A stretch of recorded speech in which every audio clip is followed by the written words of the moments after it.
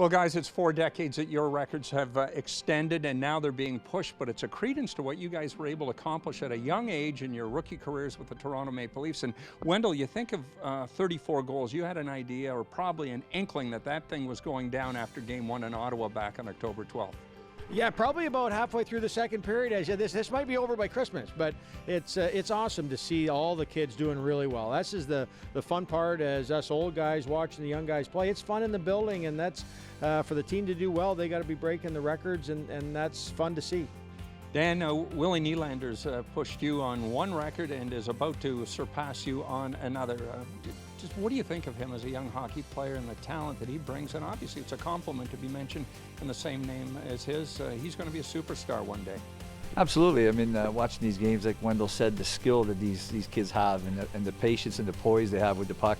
I think back in the old days, maybe we didn't have such a thing, but you know, it's great to see him. Yes, he will be a superstar along with a few others on that team. How different is the game, gentlemen, on and off the ice now from what it was like for you guys? Certainly seems a little more complicated given all the social media and everything that goes in with it.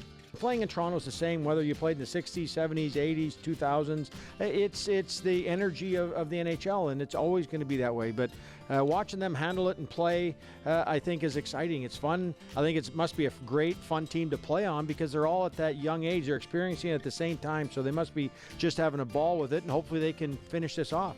With all due respect to the freshmen this time around, they play the game well, but they played a little differently from you guys. Both you guys could produce points, but you were feisty as well. Danny, you weren't a very fun guy to play against, and Wendel, you know, obviously you weren't either.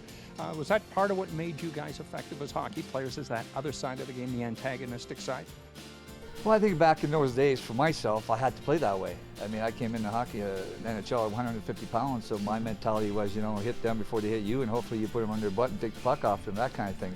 And I think back in those days, we weren't giving the chance, I think, to really handle the puck like they are today as well. I mean, it looks like they just handle the puck, and you watch Nylander, as a matter of fact, if he doesn't have a play, you know, he just won't throw it away. He's going to keep it, he's going to circle, do another up and down, that kind of thing, and then find someone to make a pass to. But you know, that's the way I had to play, and I'm sure some of the little guys that came in at that time, in those years, in the 80s, 70s, 80s, I mean, those were tough years, the clutch and grab. There's no clutch and grab today, and no slapping sticks or whatever, so not the game is easier for them, but the little guys coming in have it better for them today. Bob McGill had 30 fights his rookie year playing with this guy. You had 30-plus fights as well. You're not going to see that anymore and still be able to score 34 goals like you did, Wendel? No, that part of the game's changed, but the part of the game that's still the same is when you're coming out of junior, college, the American League, the players, whether it's this day and age or in our time, they have to figure themselves out.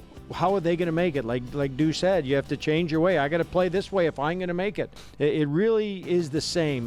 The one thing I always say is the game hasn't changed as much as you think. Still the basics are there, and with that, it's who loves the game and what they have to do to make it from the junior, college, American League level to the NHL.